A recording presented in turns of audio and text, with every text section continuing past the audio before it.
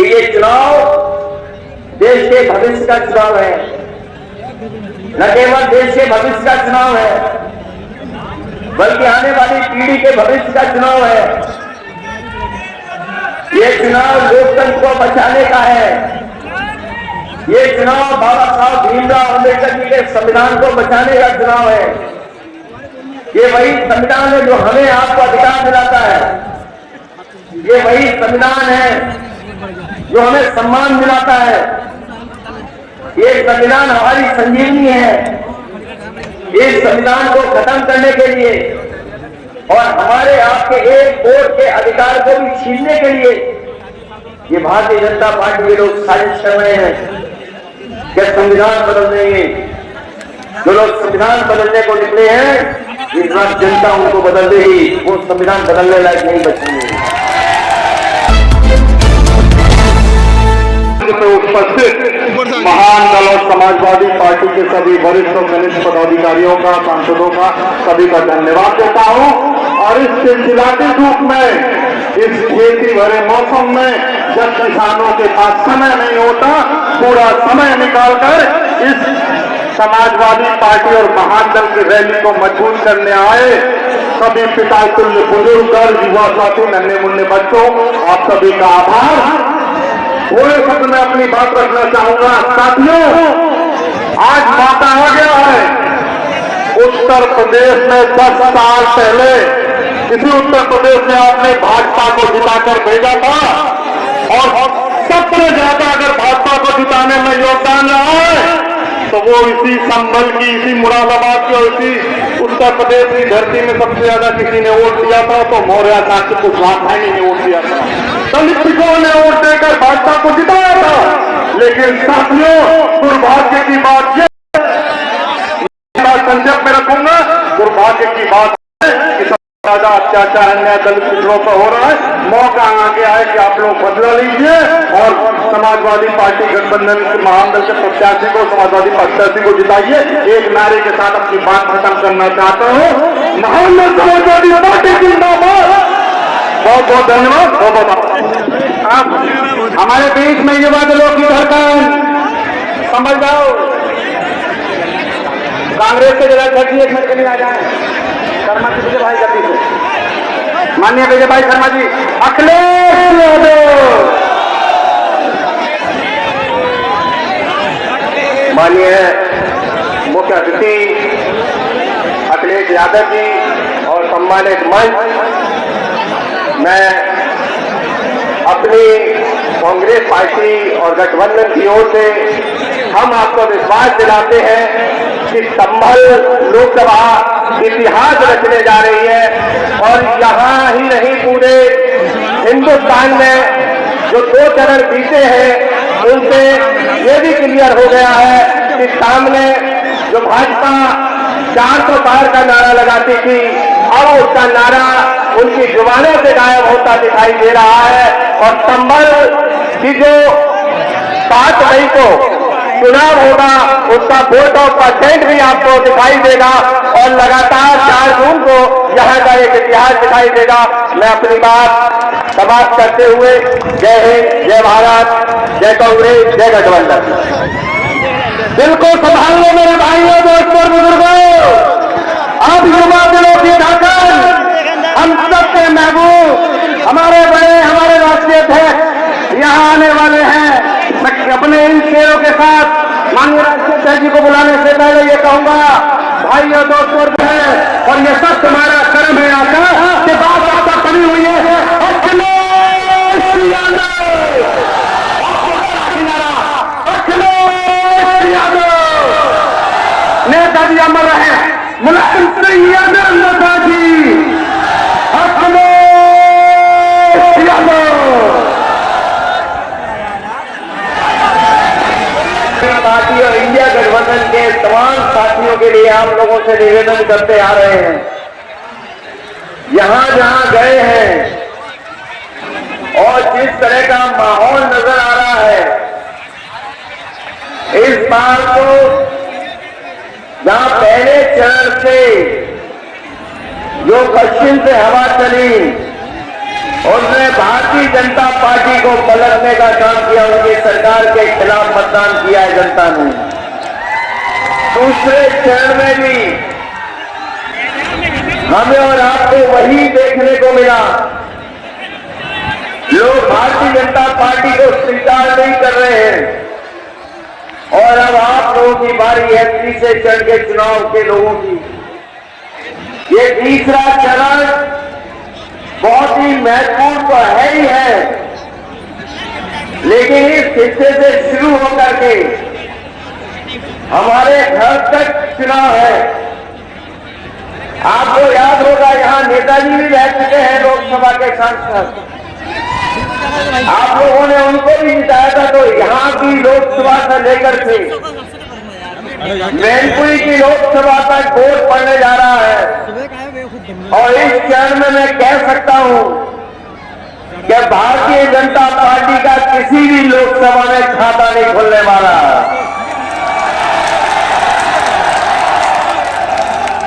आपके बगल में रामपुर,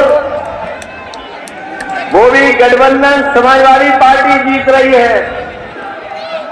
मुरादाबाद में भी कमाल कर दिया, वहां भी जिता दिया।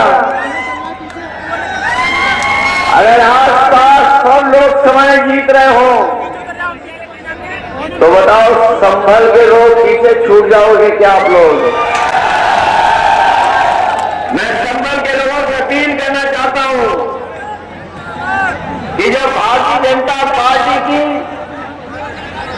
सबसे ज्यादा हार वाली सीटों की गिनती हो, देश में जहां सबसे ज्यादा वोटों से भारतीय जनता पार्टी हारी हो, उस गिनती में भी संभल लोकसभा आना चाहिए।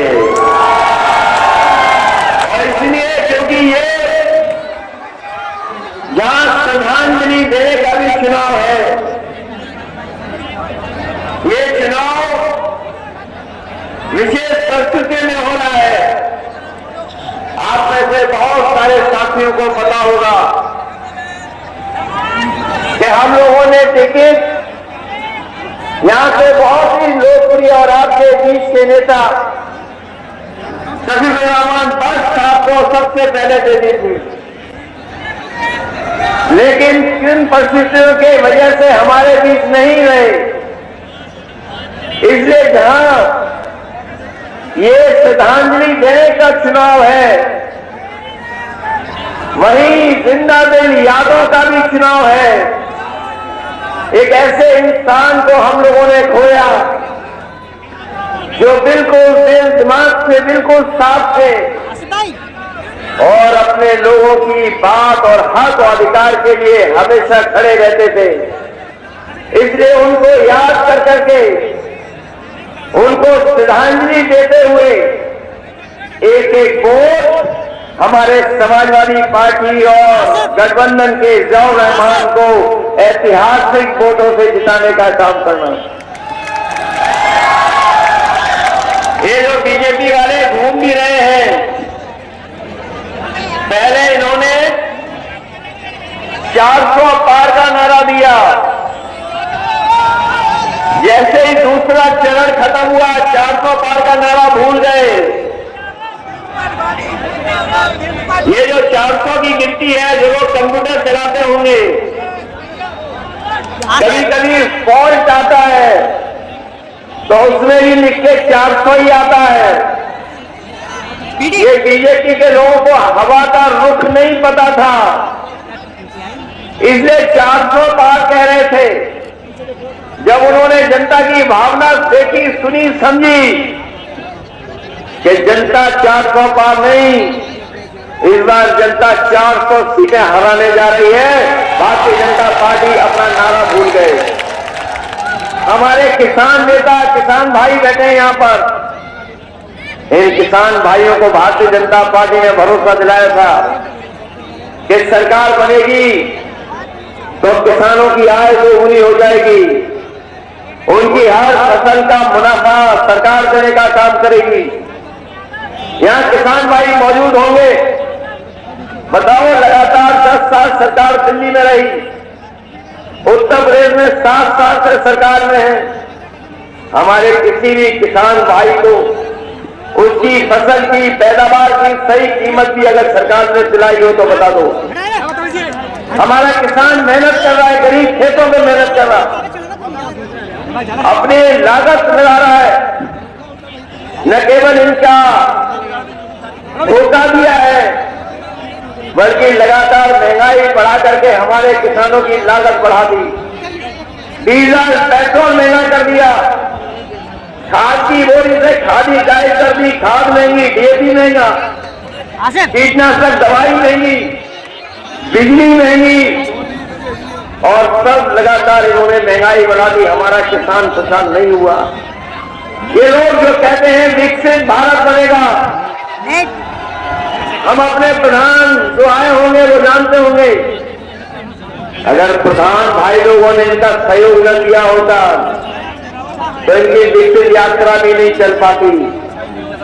यहां प्रधान होंगे वो जानते होंगे, विकसित यात्रा के नाम पर आपसे पैसा वसूल करके यात्रा कराई। सुनने में आ रहा है ये भूसे के लिए भी दबाव बना देते हैं कभी कभी। ये सरकार वाले प्रशासन के माध्यम से भूसे के लिए भी दबाव बना रहे हैं। इस बार मैंने देखा है कि किसान इनको वोट देने नहीं जा रहा है।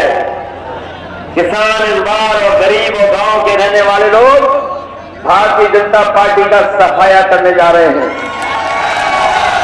और ये याद है कि दिल्ली में जब अपना मांग को लेकर के गए थे, इन्होंने सड़कों में कीलें लगवा दी थी, आरसीसी की दीवार खड़ी कर दी थी।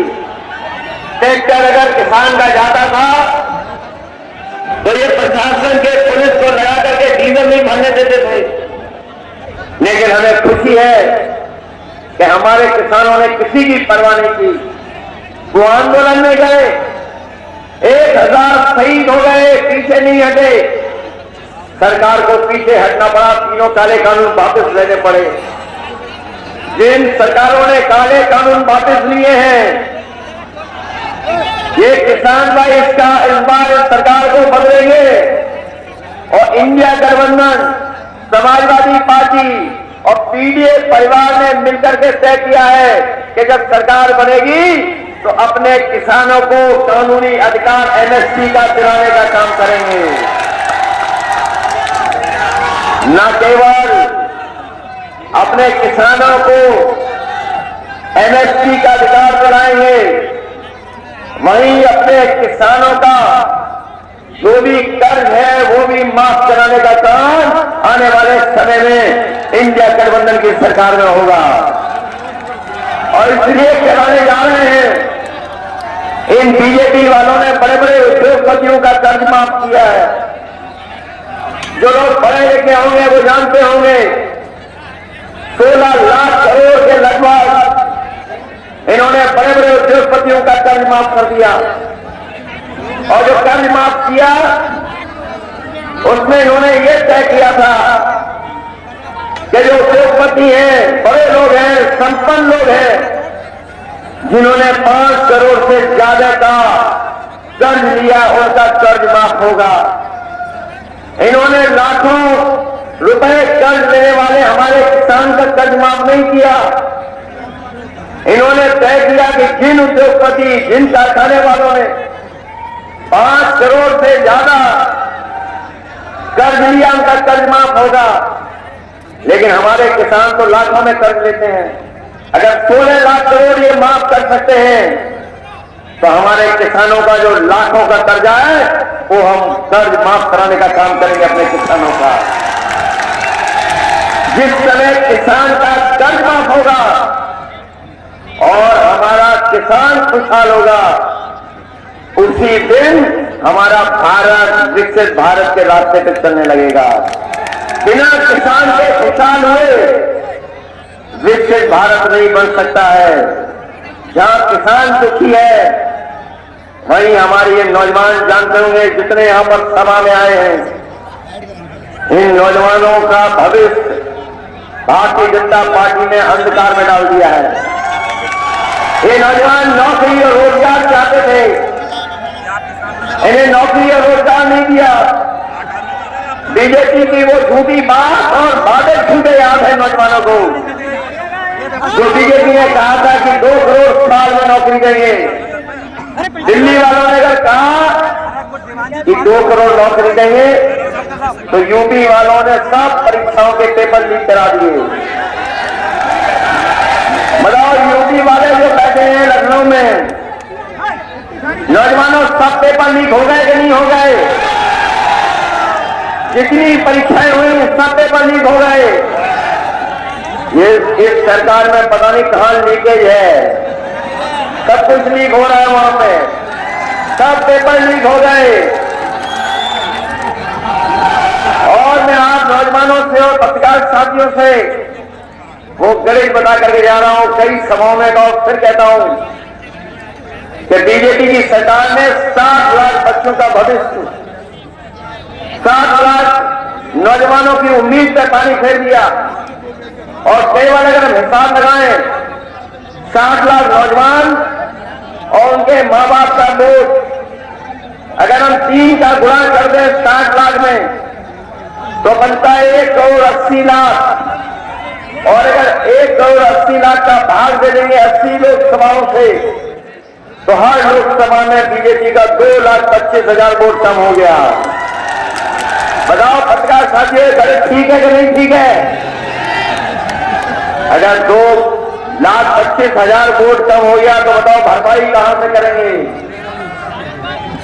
नौजवानों, केवल आपकी नौकरी नहीं छीनी इन्होंने, आपका 1/3 जीवन बर्बाद कर दिया है। 1/3 जीवन आपका बर्बाद कर दिया। सोचिए, आपका 1/3 जीवन इन्होंने बर्बाद कर दिया और एक कदम और आगे जा रहे हैं।